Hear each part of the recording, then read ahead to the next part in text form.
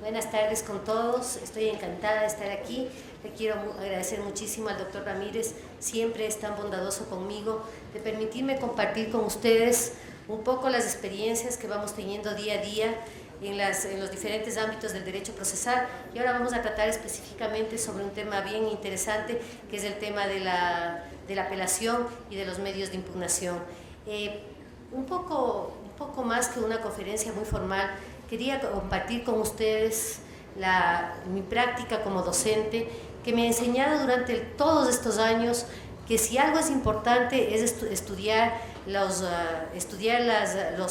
códigos desde las instituciones jurídicas. Entonces vamos a ver que la apelación no es sino una especie, y los recursos en general no son sino una especie de los medios de impugnación.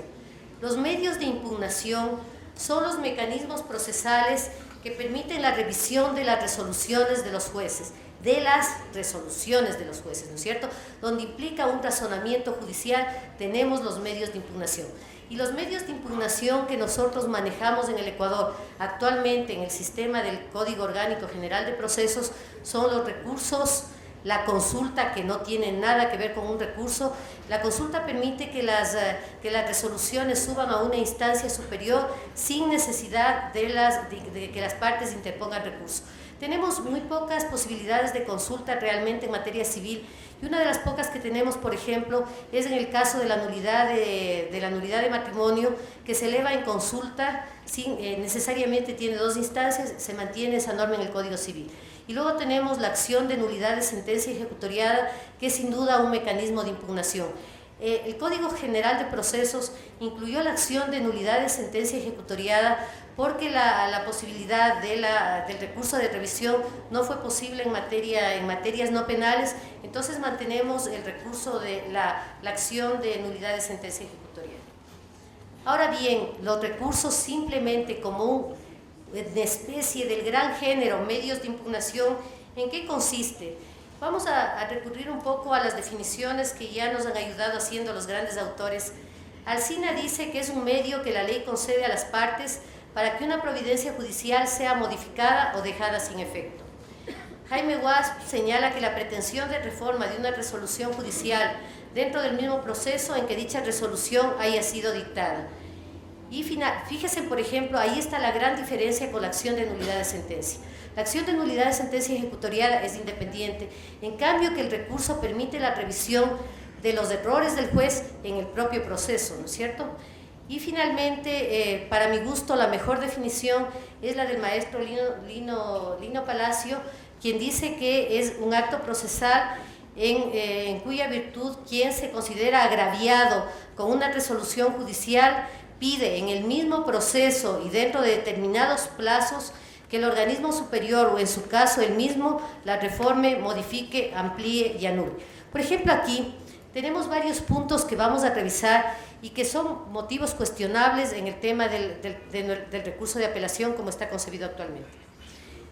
En base de estas definiciones, vamos a ver cuáles son los grandes principios generales de la teoría del recurso aplicables actualmente de acuerdo con el Código Orgánico General de Procesos. Primero tenemos el principio de legalidad, que ha sido adoptado actualmente en el Código General de Procesos, a diferencia de lo que ocurrió, miren ustedes, con el Código Integral Penal. En el Código Integral Penal tradicionalmente se mantuvo el principio de legalidad para el manejo de los recursos, lo que no ocurrió en el COGEP sino hasta la actualidad. ¿En qué sentido se aplica el principio de legalidad? El artículo 250, inciso segundo del COGEP, dice que se concederán únicamente los recursos previstos en la ley. Es decir, no hay más recursos en el Código Orgánico General de Procesos que los previstos en la ley. Esta es una diferencia sustancial con el Código de Procedimiento Civil, que permitía que se apelen siempre de las sentencias y de los autos, siempre y cuando exista agravio, ¿no es cierto? Y excluía con mucha tranquilidad el tema, por ejemplo, de las providencias de sustanciación. Actualmente no, actualmente debe estar previsto el recurso para que sea admisible. Luego tenemos el principio del interés. Aunque el recurso esté previsto en la ley, está legitimado para recurrir únicamente quien tenga interés suficiente. ¿Y qué es lo que entiende la teoría general del recurso como interés suficiente? El interés suficiente implica agravio. De manera que por más que esté viabilizado el recurso, si es que a mí como parte procesal me dio razón el juez en todo lo que yo le pedí, yo no puedo interponer recurso de apelación porque no he sufrido agravio. Y en definitiva no tengo interés procesal para recurrir. El tercero es de la oportunidad, y aquí voy a discrepar sobre las posiciones respecto de la oportunidad del recurso de apelación. La oportunidad es hacer conocer la voluntad de impugnar en el momento señalado en la norma, ¿no es cierto? Entonces nuestra norma, por ejemplo, en materia de recurso de apelación, señala expresamente en el momento que se debe apelar. Y dice, se debe apelar cuando se trata de resoluciones a una audiencia en la misma audiencia. Aparentemente habría una contradicción con una norma que está señalada en el tema de las... Ahora ya ven por qué me levanté a coger mi código, si no, no hay manera de que yo trabaje. Entonces, en la parte de las audiencias, tenemos el artículo 79 que dice que se resolverá de manera motivada en la misma audiencia. Para la interposición de recursos, los términos se contarán a partir de la notificación de la sentencia o auto escrito.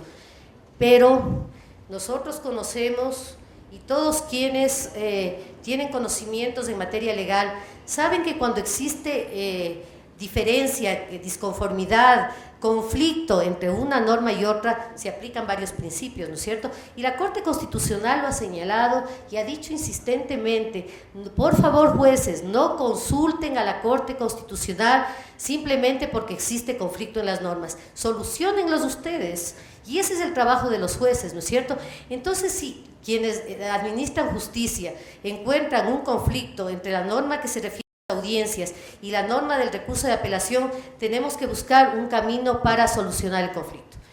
La doctrina nos enseña en materia de conflicto de leyes que primero tenemos la solución de la temporalidad. En este caso, la temporalidad no nos ayuda, ¿no es cierto? Porque las mismas normas, las dos normas están en el mismo código y fueron promulgadas simultáneamente.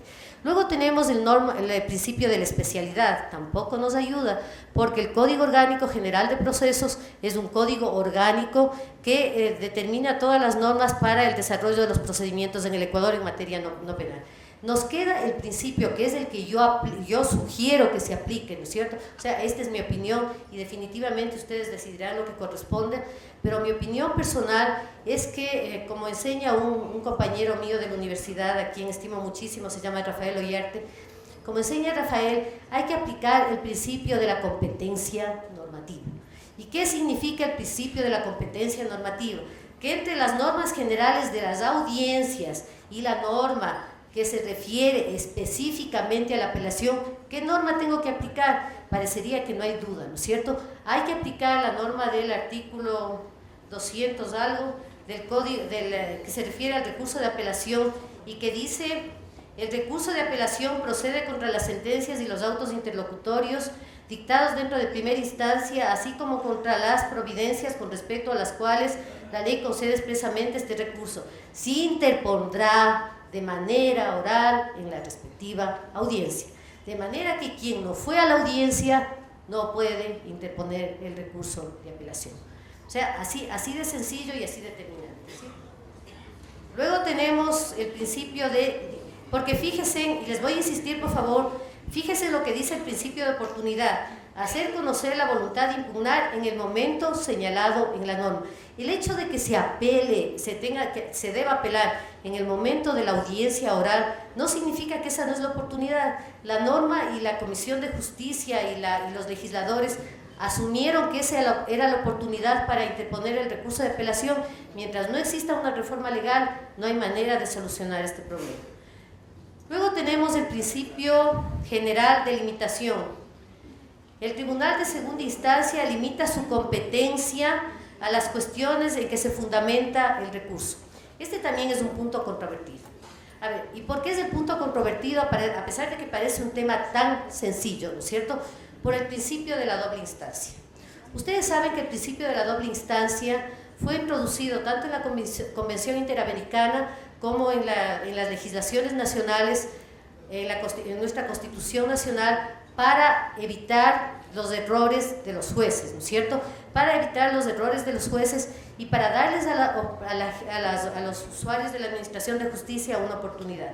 En general, la tendencia de la Corte Interamericana es que a través del recurso de apelación se revise todo el proceso. Es decir, la tendencia de las legislaciones modernas es a que no exista fundamentación en el recurso de apelación. No obstante, el Código General de Procesos establece un sistema de fundamentación que tiene una doble calidad, ¿no es cierto? La fundamentación que se hace por escrito dentro de los 10 días posteriores a la sentencia escrita, y la fundamentación que se hace en la audiencia de segunda instancia. Evidentemente, tienen que ser los mismos puntos, porque yo no voy a fundamentar una cosa por escrito y otra cosa oralmente, ¿no es cierto? Ahora, con lo que nos estamos encontrando todos los días es que, por ejemplo, las personas fundamentan en 5 puntos, o en 4, o en 3, yo qué sé, fundamentan en varios puntos en la primera instancia, y en la segunda instancia oralmente se limitan a determinar un solo punto, ¿no es cierto? Entonces se conforman, por ejemplo, con impugnar el tema de la motivación o el tema de la indebida valoración de la prueba, porque realmente la motivación fundamental, y ya lo vamos a ver posteriormente, es determinar cargos contra algo, ¿no es cierto? En este punto, mi opinión personal, nuevamente mi opinión personal, por favor, es que la fundamentación que debe ser considerada para la resolución del Tribunal de Segunda Instancia es la fundamentación oral que se realiza en la audiencia. De manera que si yo he fundamentado por escrito en 5 puntos y en el sistema oral lo hago, en la audiencia oral simplemente me limito a un solo punto, el tribunal está obligado a considerar únicamente la fundamentación que se realiza en el sistema oral. Luego tenemos el principio de prohibición de la reforma en perjuicio. Este es el no reformatium peius famosísimo, ¿no es cierto? ¿Qué dice este principio? Que el tribunal de segunda instancia debe limitarse a confirmar o reformar la situación del recurrente, no a empeorarla. Nosotros en el Ecuador hemos tenido la tendencia de considerar que este principio no reformatium peius es únicamente aplicable en materia penal. No, lo es también en materia civil. Pásele, por favor.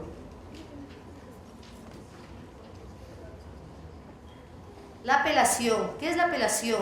La apelación es el recurso concedido a un litigante que ha sufrido un agravio por una resolución inferior para reclamar de ella y obtener su revocación por el juez superior. Esta definición está dada por el maestro Couture y consta en la parte donde tienen ustedes señalado.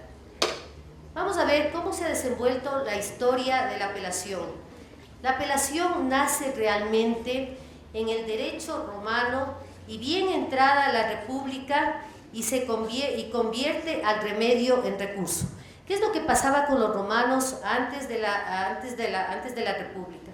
Los romanos antes de la República tenían una posibilidad de impugnación, pero como un remedio, como una solución, ¿no es cierto? No como un medio de impugnación. Recién bien avanzada la República y posteriormente el Imperio, evidentemente, es cuando la apelación funciona como un medio de impugnación.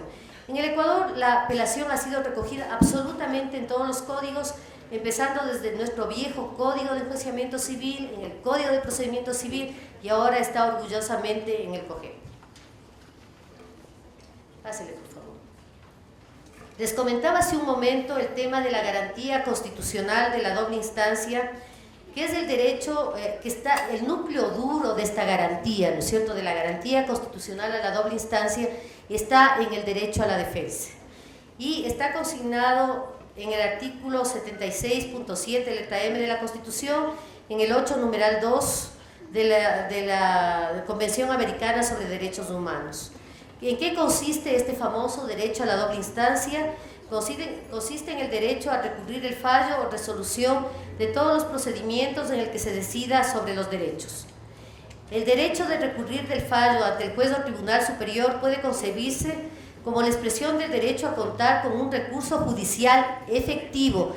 Por eso es que yo les decía hace un momento que no tiene nada que ver el derecho de la apelación, el derecho de la apelación consagra el derecho a la doble instancia y no lo hacen, díganme ustedes, los recursos extraordinarios, ¿no es cierto? Si también son mecanismos de impugnación y también lo es la nulidad de sentencia y también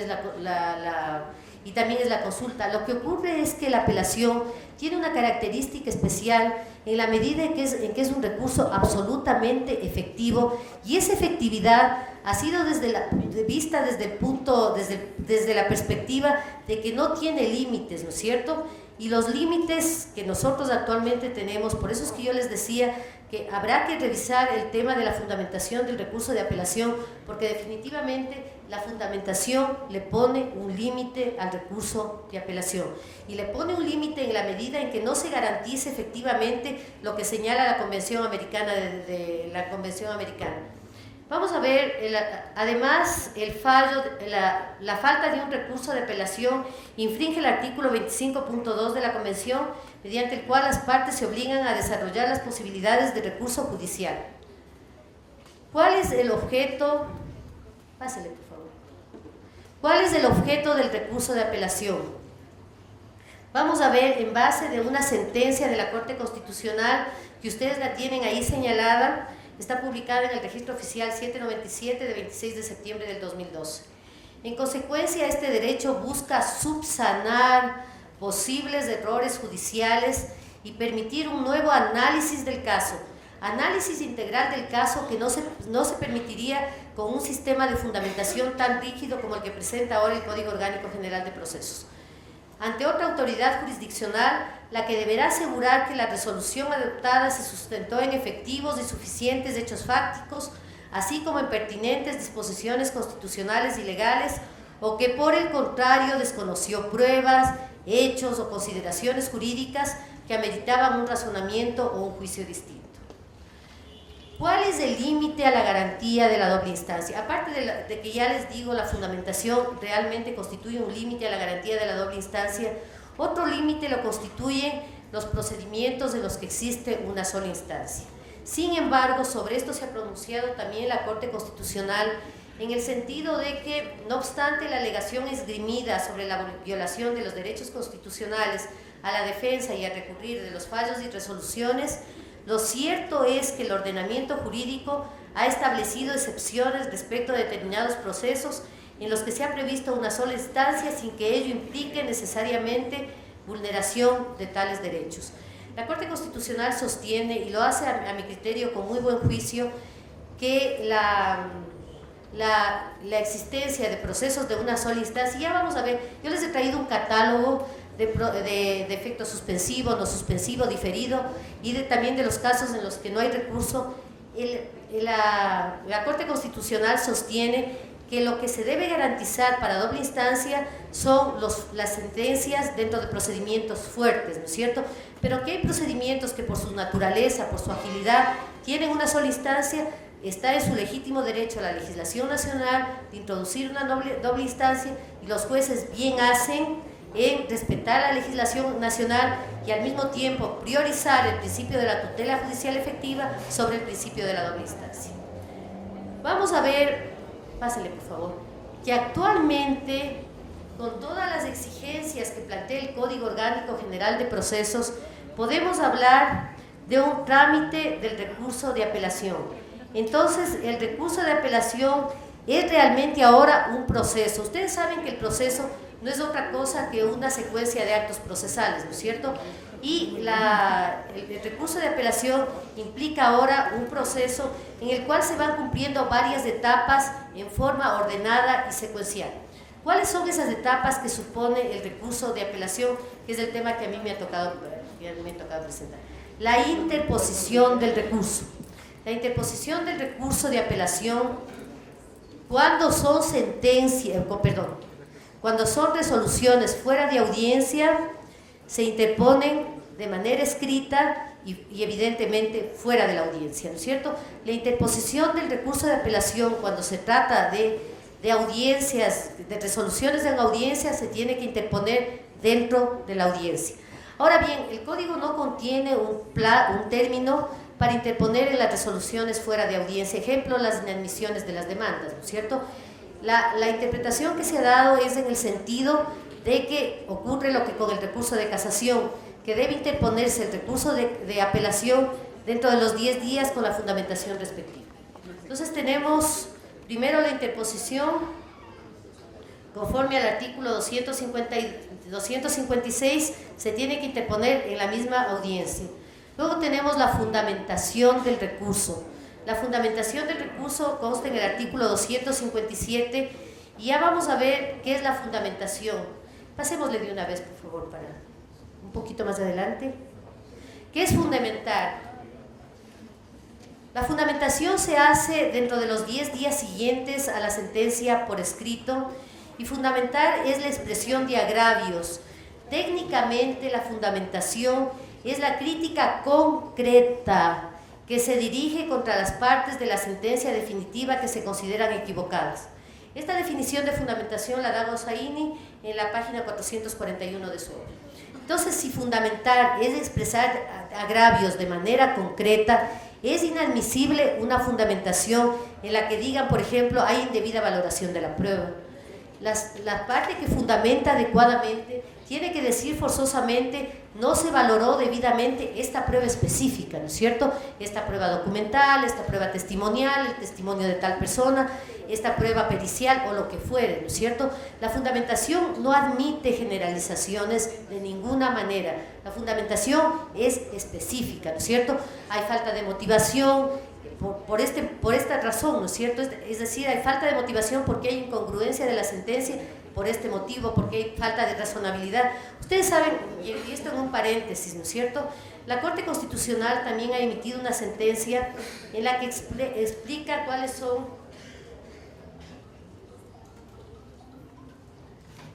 cómo es la debida motivación, ¿no es cierto? Motivación no es darle gusto a los abogados en lo que quieren, ¿no es cierto?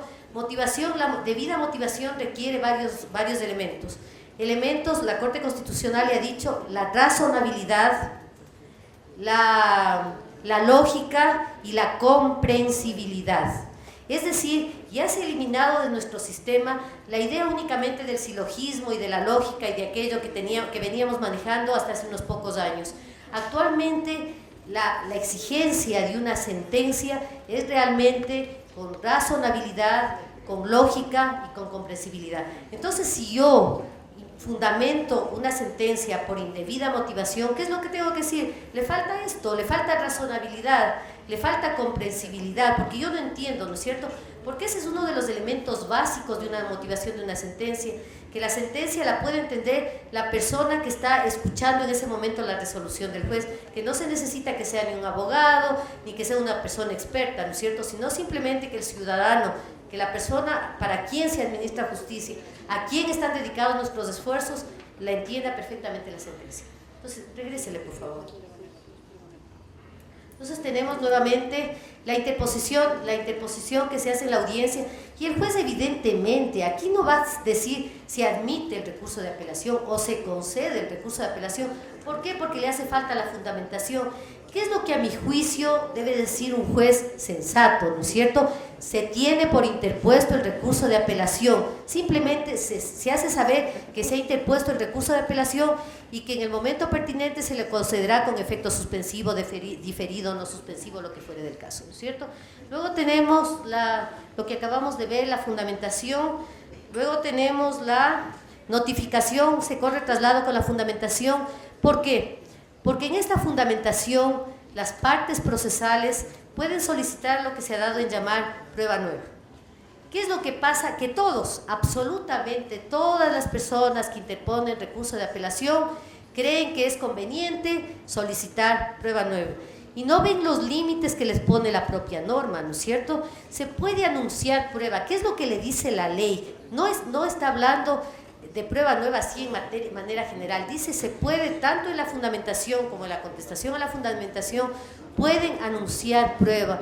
Pero ¿qué clase de prueba pueden anunciar las partes? Únicamente la prueba que se refiere a hechos nuevos, ¿no es cierto? Que en materia, yo conversaba el otro día con un compañero de materia de familia y le decía que probablemente donde hay más hechos nuevos es en materia de familia. Ejemplo, cuando posteriormente a dictarse la resolución oral, el alimentante se ha quedado sin trabajo, ¿no es cierto? O ha nacido otro hijo, yo qué sé. Entonces, esos son hechos nuevos que hay que justificar, ¿cómo? Con la prueba documental respectiva con la partida de nacimiento, ¿no es cierto? Eso es cuando hay hechos nuevos. Y la segunda es cuando, tratándose de los mismos hechos, no se ha tenido acceso a la prueba, no porque yo me olvidé de probar, ¿no es cierto? ¿Qué es lo que está pasando actualmente? No porque, el otro día había un proceso en la sala donde un señor se olvidó de probar un contrato donde le encargó a un operario que ponga unas ventanas en una casa. Esa prueba estaba disponible desde el 2015 y él presenta la demanda en el 2016 y dice, prueba, anuncio prueba porque esta es prueba nueva. Y además acláreme porque usted dice que esta no es prueba nueva. Evidentemente, ¿no es cierto? No es la prueba que yo me olvidé de presentar en el anuncio de prueba dentro de los actos de proposición. Es la prueba a la que realmente yo no tuve acceso, ¿no es cierto? Entonces tengo que establecer que esa prueba fue una prueba que yo a la cual tuve acceso únicamente con posterioridad a la sentencia. Luego tenemos la admisión. Esta admisión la realiza el juez, ¿no es cierto? El juez de primera instancia, de conformidad con el artículo 259 del COGEP. Finalmente tenemos la calificación, que esa la realiza el tribunal de segunda instancia en el momento de la audiencia. En el momento de la audiencia, el tribunal de segunda instancia está obligado a revisar ya en la audiencia, ¿no es cierto?, ya en la resolución de la audiencia de segunda instancia, la oportunidad del recurso y también la fundamentación del recurso. Es decir, si es que no hay oportunidad, si se interpuso dentro de término, evidentemente el tribunal de segunda instancia va a calificar esa admisión que realizó el juez de primera instancia. Vamos a pasar, por favor. Vamos a ver ahora lo que Paulina decía hace un rato. Yo soy la responsable de los efectos de la apelación. ¿Qué son los efectos de la apelación? Porque es algo como que nosotros aprendemos así muy de memoria. Los efectos de la apelación son realmente las consecuencias que produce la apelación en el proceso, ¿no es cierto?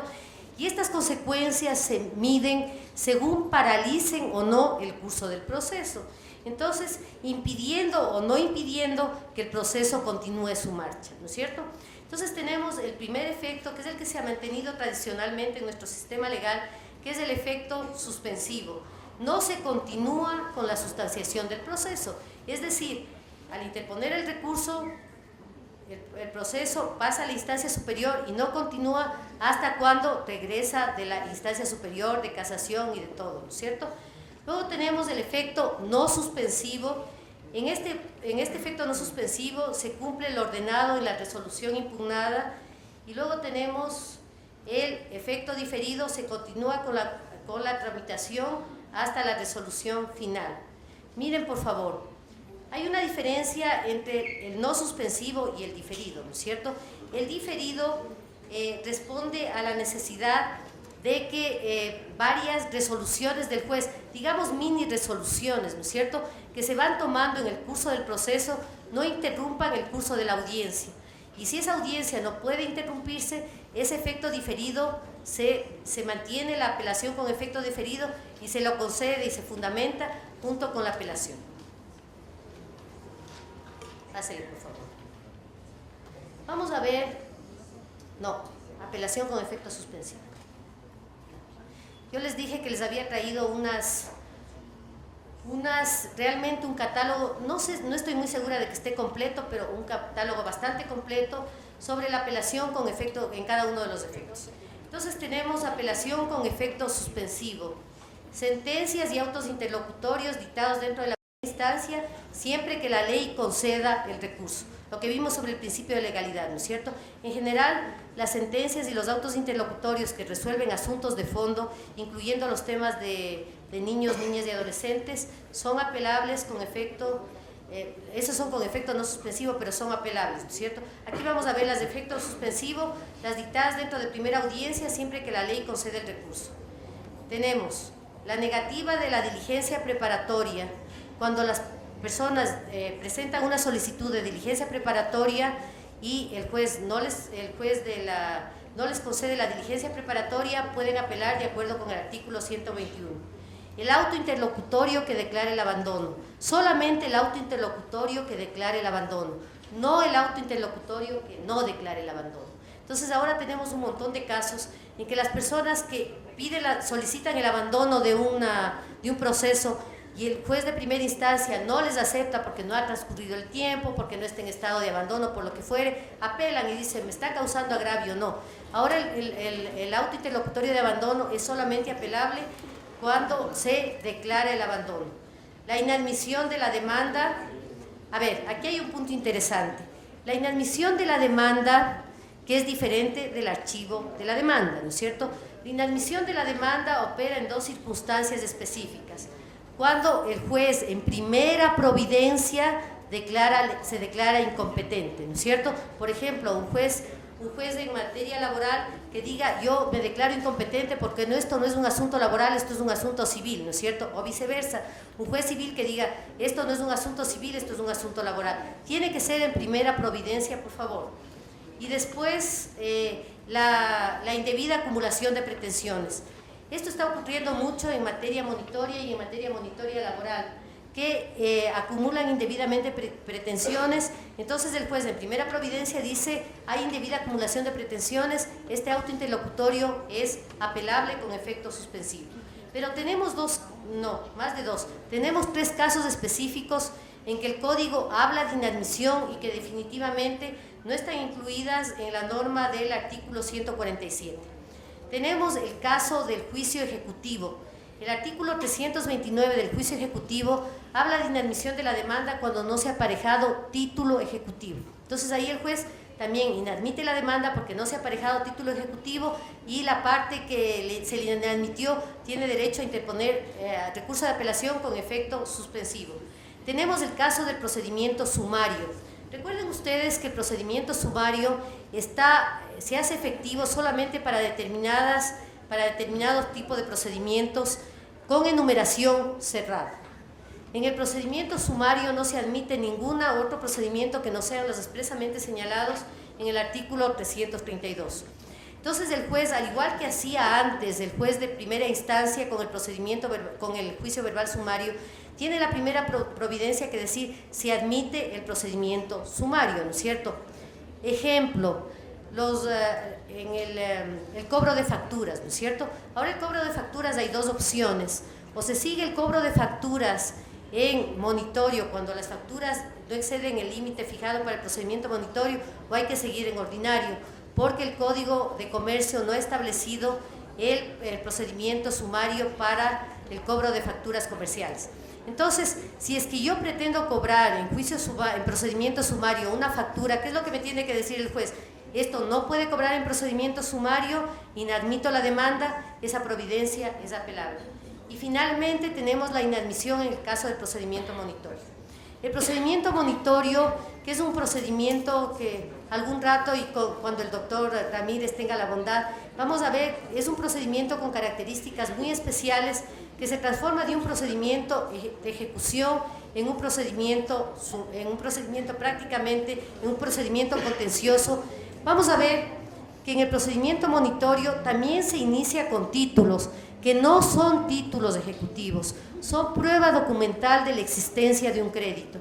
Pero igualmente la norma señala qué tipo de documentos son los admisibles, los que tienen los que incorporan un derecho líquido determinado y de plazo vencido, ¿no es cierto?, sin ser títulos ejecutivos.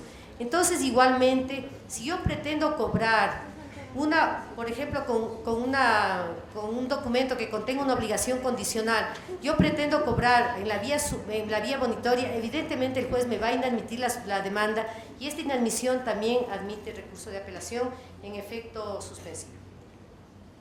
Luego tenemos el auto interlocutorio que acoge excepciones previas o resuelve cualquier cuestión que ponga fin al proceso. La Corte Suprema, en una resolución muy interesante y además que nos aclara mucho los temas, ha determinado cómo se tienen que resolver las excepciones previas, ¿no es cierto? Entonces hay excepciones previas que ponen fin al proceso y en este caso, si es que la excepción previa pone fin al proceso, indudablemente se puede interponer recurso de apelación con efecto suspensivo.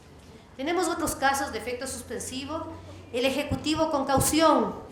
Es una maravilla el Ejecutivo, ¿no es cierto? Entonces el Ejecutivo ahora, si es que hay caución, se suspende la ejecución y evidentemente sube a la Corte Provincial sin que se ejecute lo resuelto sin que se cumpla la obligación.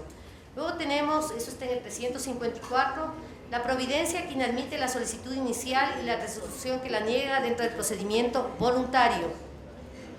El auto de calificación de posturas y el auto de adjudicación. Tenemos ahora la apelación con efecto no suspensivo, es decir, son esas apelaciones que no suspenden el curso del proceso y que se ejecutan. Tenemos las providencias preventivas, se puede apelar de las providencias preventivas y no suspenden el curso del proceso. Ustedes saben que ahora el juez que conoce de las providencias preventivas conoce sobre el asunto de fondo y que la providencia preventiva se puede pedir siempre y cuando se señale al juez cuál es el asunto, el juicio que se va a seguir. Tenemos la condena en costas, las resoluciones de alimentos, visitas, patria potestad, despojo violento y despojo judicial, el ejecutivo sin caución, la resolución de concurso voluntario, la resolución de concurso necesario, la oposición de los acreedores al concurso necesario, la prelación de créditos, las facultades correctivas del juez, la orden del remate en línea. Y tenemos el efecto diferido. En general, ahora las partes tienen la tendencia de interponer recurso de apelación de todo, ¿no es cierto? Dicen con efecto diferido, apelo en la mitad de la audiencia, apelo con efecto diferido. La ley únicamente ha previsto la oposición a la diligencia preparatoria en el 121, la inadmisión de prueba y el auto que rechaza las excepciones previas. Ahora, ¿cuáles son las no apelables?